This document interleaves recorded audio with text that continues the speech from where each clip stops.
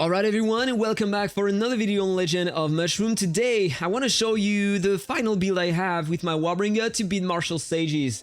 Unfortunately, it is not working in all situations, but in most situations, it should help you to deal a lot of damage if you have the same items as me. But I want to complain about something as well. The new feature we had, the Guardian system recently. You know what, let's start complaining first about that.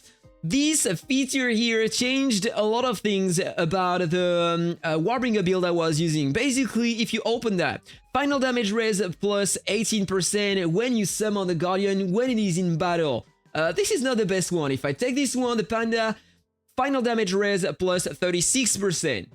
It is not a lot. If I take the Orange, final damage res plus 48% and all shield effects plus 30%. This is just completely gonna be game breaker, game changer for Martial Sages. They were already impossible to beat, but now, thanks to that, they are gonna be impossible to beat. Plus.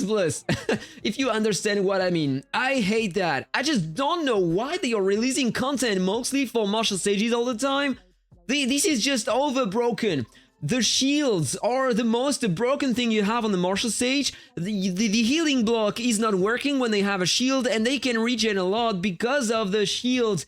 They can tank a crazy amount of damage, and the final damage res is just absolutely broken. And you know what? I'm complaining about that because the goal of the Warbringer build here is to release the pixel sword attack and to have a lot of damage during the battle multiple times when you release that sword slash here. But it is most of the time hitting while the Guardian of the target is alive on the field. So they have the final damage res during that period, and you will see what is happening because of that. Okay, so here I am in PvP, and I'm just gonna show you a few fights I made versus Mats, a very strong Martial Sage. He used two different builds, a very tanky one and another one more aggressive with the Pagoda artifact, and you will see the difference. I'm getting destroyed during one battle, whereas in the other battle I can survive without taking any damage at all. Basically, I'm just gonna run the fight and you are gonna see the difference. So first of all, look at the issue here. I'm using the artifact and it's hitting during the Guardian time here. So he has the final damage res and he is not taking any damage at all on the start of the battle, okay? My goal is to survive long enough to have a lot of buffs on my character and start dealing more damage over time. So basically I'm getting way more stats past 1 minute. You will see that it is gonna deal a crazy amount of damage very soon. 1 minute passed and now it is time to release damage. Look at the HP bar of the target. All of a sudden, let's go, look at all the damage he took. I'm gonna show you my build after that, so if you want to replicate that with your Warbringer, you can do that. It is just very, very efficient, but it is because the opponent is not using the Pagoda artifact. I'm gonna show you that right after. So I was able to win the fight, okay? It was close, but I was able to win the fight, and this is the best I could have so far with my build. And then he decided to change his build and to use the Pagoda artifact. So let's see what is happening when a Martial Sage decides to deal some damage based on his max HP. Already starting to take some damage. And now, look at that. The Pagoda artifact, it's the Christmas tree, okay? And bye-bye me, 36 seconds. I have the same build here on the video, but just because he changed a few things, I'm getting destroyed, and he's as tanky as before. This is the issue, and this is why I'm always complaining about the Martial Sage. This is not normal, that this class is the most tanky class you have in the game, and the biggest DPS class you have in the game at the moment. At the same time, if you are using the right item, the higher their HP, the more the damage they release, and the tankier they are. This is just absurd, but whatever. Let's just check something else, because then he decided to change the build and I changed mine as well. I try to balance my stats and I'm gonna explain to you everything in detail right after. So he's back to the build with the Pepe artifact, so he's not using the Pagoda anymore. But he's more tanky than before. He has more ignore counter. He's close to 40% now because before he had 30%, 25% if I'm not mistaken. And he can block a lot of my attacks, by the way, so I need to work on my ignore block. So here I had more damage on start. And so past 1 minute, I have more damage as well, so... It is gonna be very close, but I will handle that. Just a few more seconds, a few more hits. And normally right before the end. Right now, come on. Alright, he's dead. So, this is the best I could have with my build, so let me explain to you how everything is working. Basically, if I show you my stats first, I have 95% crit rate. It is not enough. I need 100%, but I'm working on that on my divining path. A crit damage, I lowered that a lot. I have more damage than before, this is the funny part of it. I have more damage than before, but I have 1,700% less crit damage than before. I had more than 10,000% in the past. So, then, ignore counter, I have a 44%, which is very nice. Counter multiplier, 73% almost, 73,000. Counter damage res, 25% only. This is not a build based on the resistance here, but it is enough. And if I scroll down, 1,300 pierce, it is helping me, but these are the most important things. Final attack, 8,000%. Final defense, almost 5,000 million. That is the most important part.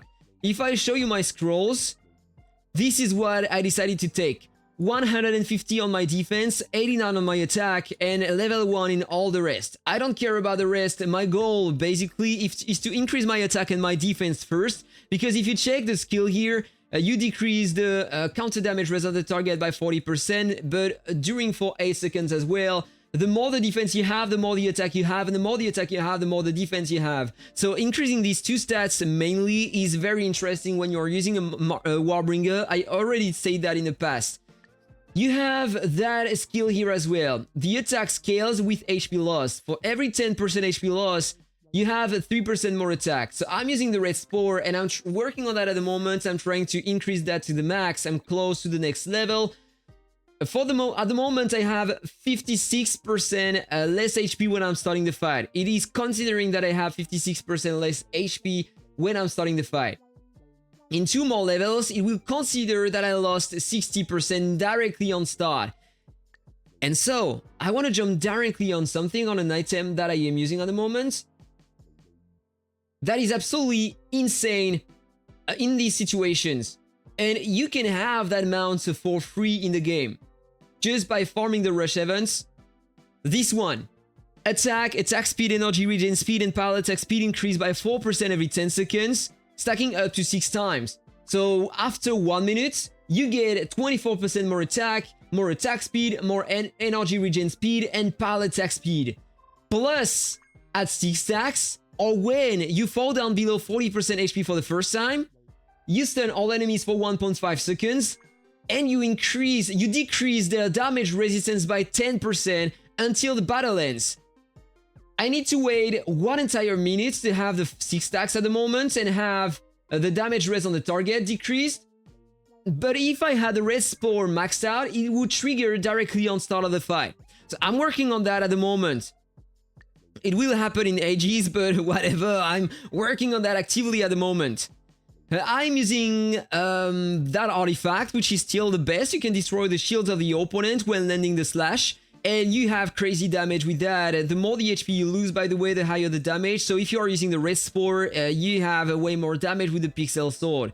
This is by far the best artifact to use when you're using a Warbringer, but apparently the staff of Hermes is very strong over time if you can survive to beat tanky players. So use that if you have it. The back accessory, the dark wings here are by far the best ones. And if you pair that with the red spore, you will have all the bonuses directly on start of the fight, so it is even better. Don't have any other good one to use instead of this one, so use that if you have it. For the avian, I'm using the Anubis. It is not optimal. My goal is to deal more damage, and I'm trying to pass down these affixes to the dragon or to the Horus Pal avian, but I just can't. Just not lucky.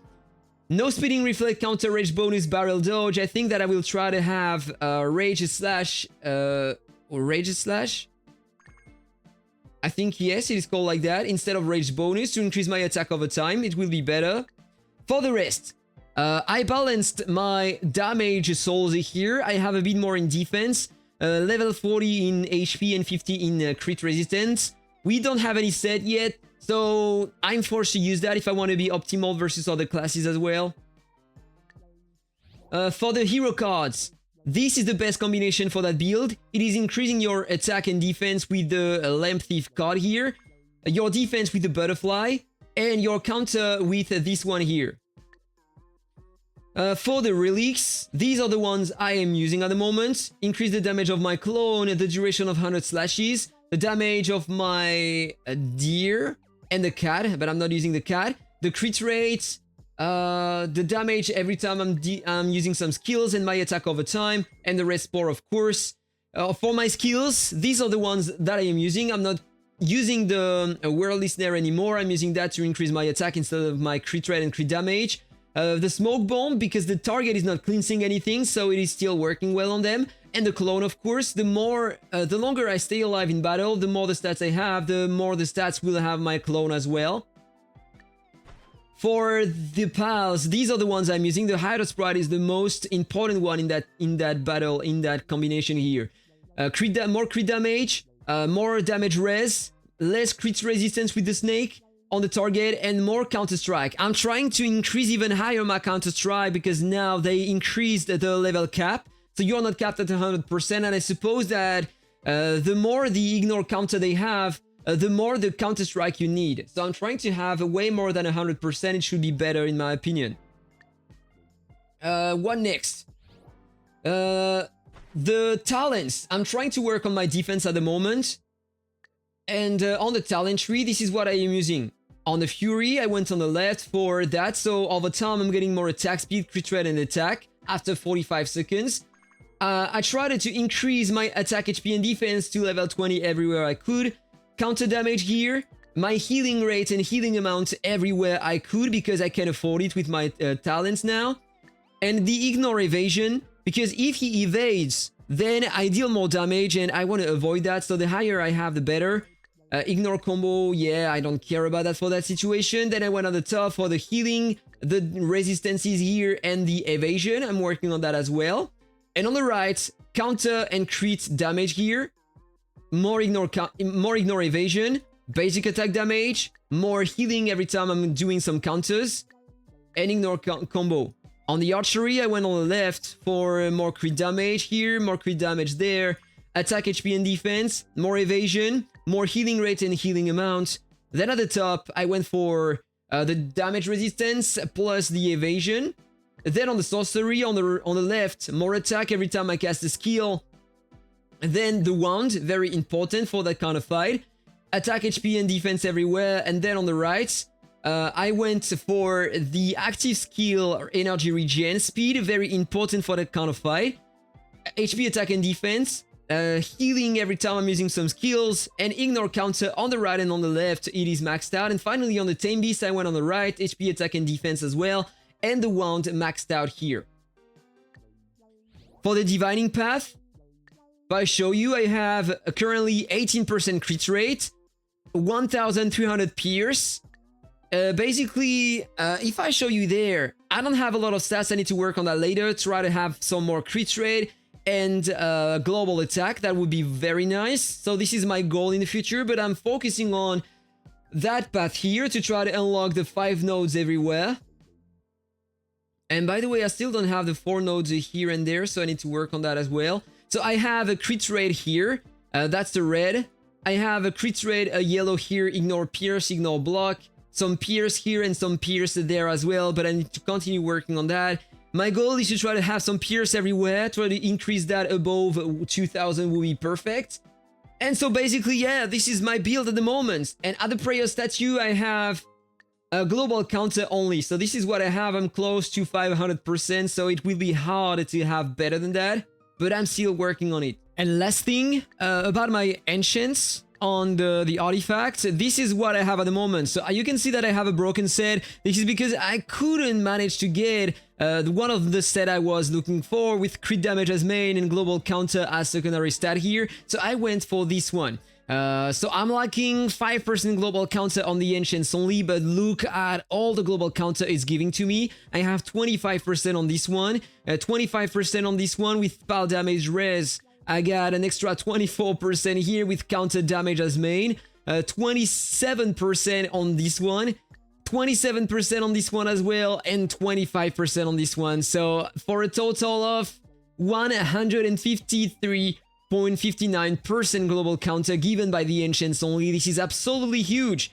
And I was lucky, very lucky recently. I was able to get the rune I needed. Crit damage as main, global counter damage as a secondary stat, and this is the set I need. But I'm not sure if I want to focus on that now or if I want to jump now on another class, because a 5% extra global counter is not gonna change many things on my character, on my build. And I am fed up, as I said at the beginning of the video, to face Martial Sages with my Warbringer build, and I have nothing more to really optimize on my Warbringer. And a lot of you want me to try a Beastmaster, it seems like, if I trust the comments on my previous videos. So I am jumping on the Beastmaster class. It's gonna take a lot of time for me to build the Ancients and stuff like that, so I'm not planning to make a build video very soon, but you know that I am working on that now. So guys, that was all for that video. I hope you enjoyed it. If it's the case, don't forget to hit the like button. Have a really nice day, guys, and see you on the next video. Take care. Bye-bye.